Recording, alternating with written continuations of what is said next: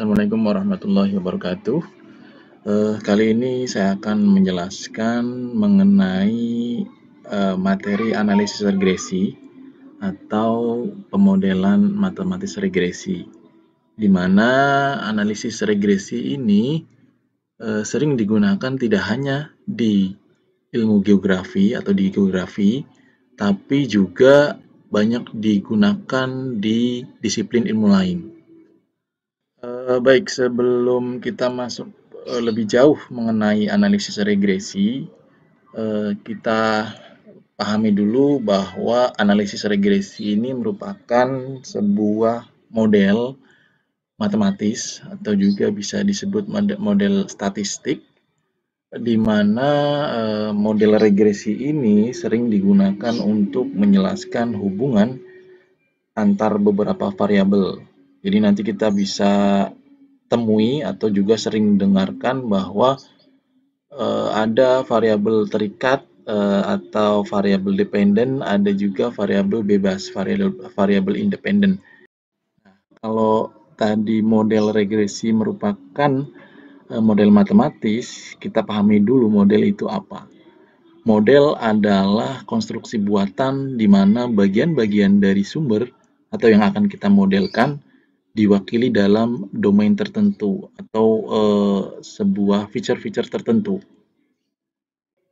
Di sini ada beberapa model ya, realistis atau ikonik.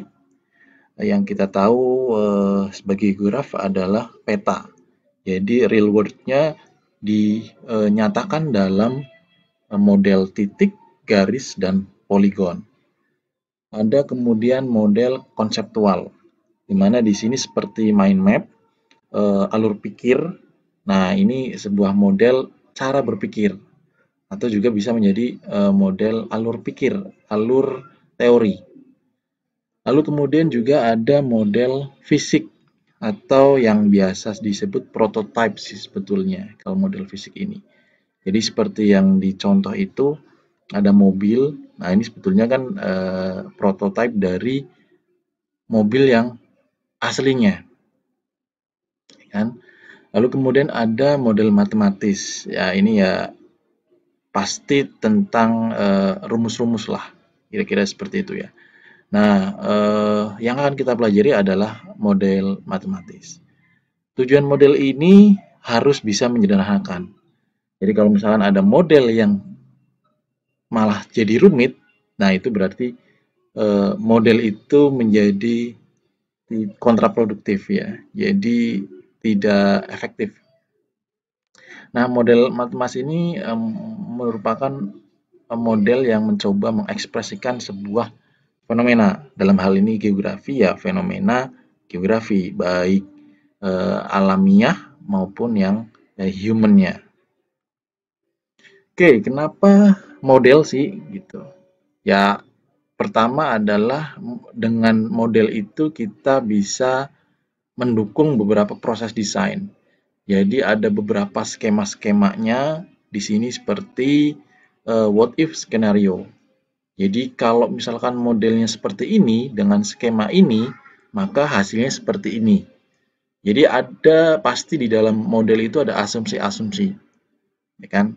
Nah, kemudian si pengguna atau si user ini bisa bereksperimen dengan replika. Replika ya dalam hal ini bisa diganti-ganti variabelnya dan seterusnya ya. Nah, kemudian dari model ini juga kita bisa memahami perubahan dan dinamika. Dan yang terakhir adalah menguji kepercayaan. Jadi pada akhirnya model ini kan harus diuji. Pasti semua bisa dimodelkan, tapi apakah model itu fit atau paling tidak mendekati dengan model real world-nya atau sesuai di lapangannya. Ya, gitu ya. Nah, model matematis seperti yang saya sudah jelaskan tadi, dia sering digunakan untuk menjelaskan hubungan antar beberapa variabel. Ada dua jenis model dalam model matematis. Yang pertama adalah model deterministik, yang kedua adalah model probabilistik atau yang sering juga disebut model stokastik. Model deterministik ini adalah sebuah model dengan derajat kepastian yang cukup tinggi. atau tidak ada gejala keacakan atau randomness. Yang perlu kita pahami dalam model deterministik ini adalah yang pertama, kita harus mengetahui hipotesisnya terlebih dahulu, hubungan antara satu variabel dengan variabel lain. Contoh, hubungan antara curah hujan dengan wilayah ketinggian. Semakin tinggi suatu wilayah, maka asumsinya curah hujannya juga tinggi.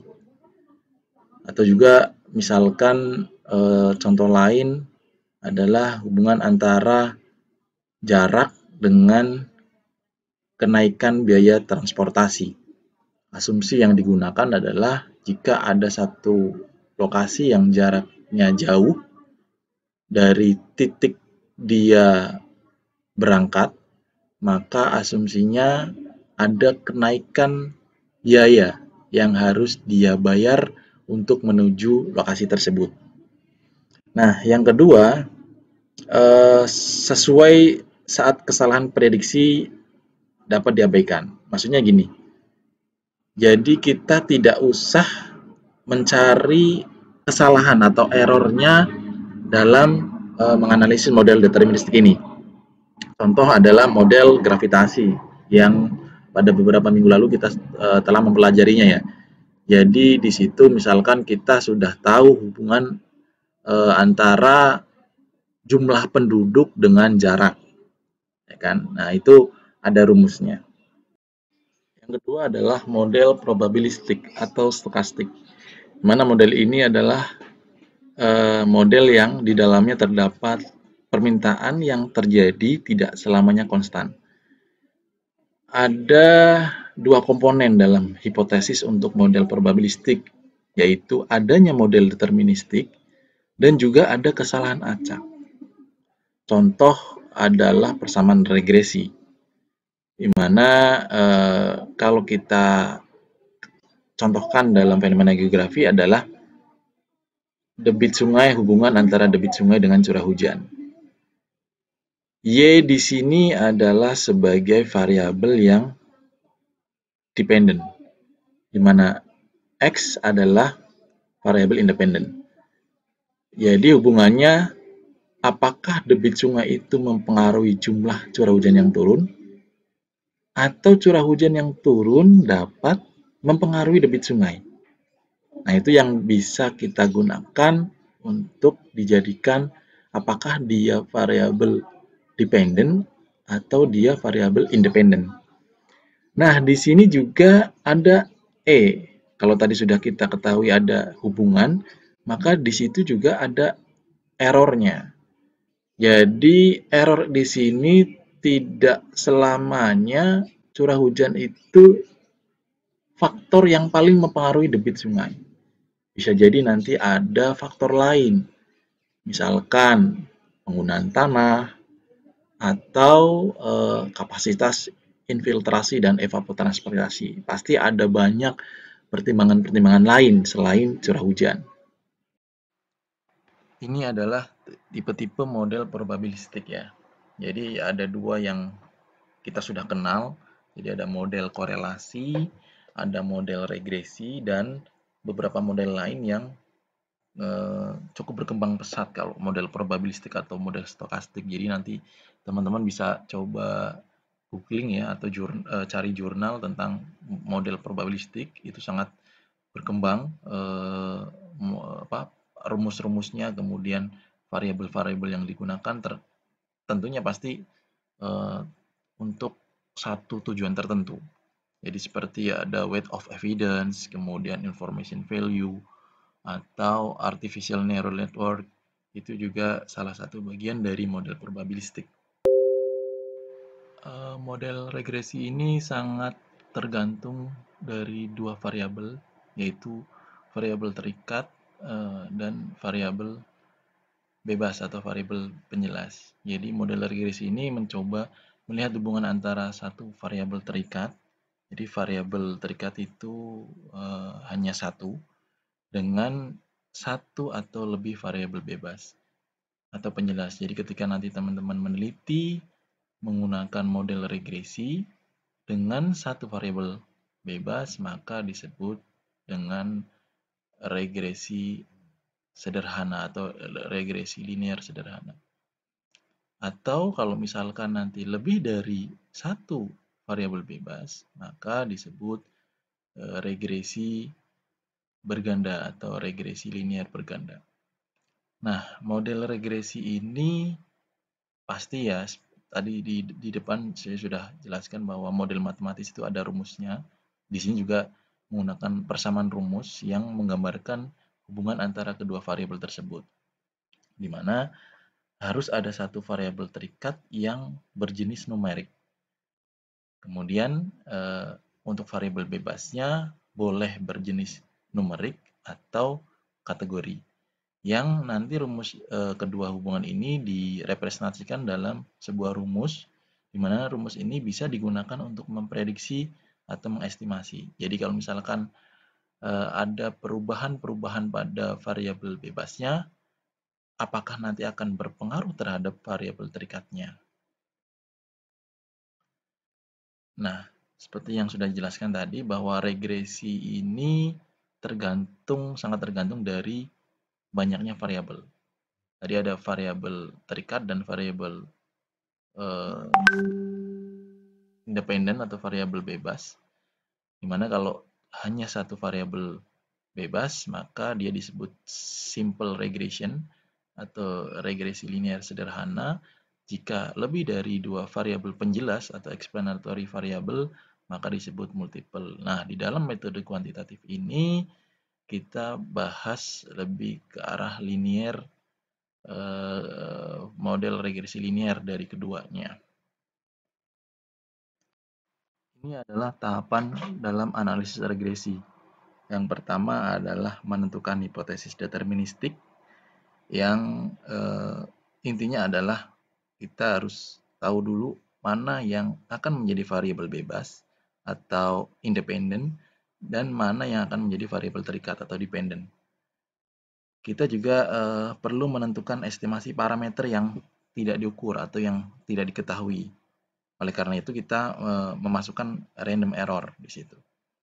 Yang kedua adalah memperkirakan kesalahan acak yang dilihat dari standar deviasinya. Lalu kemudian yang ketiga, mengevaluasi apakah modelnya fit atau tidak dengan satu ketetapan tertentu. Di mana untuk mengevaluasi modelnya di sini kita menggunakan persamaan garis linear yang teman-teman mungkin sudah pernah belajar persamaan garis linear atau persamaan garis lurus.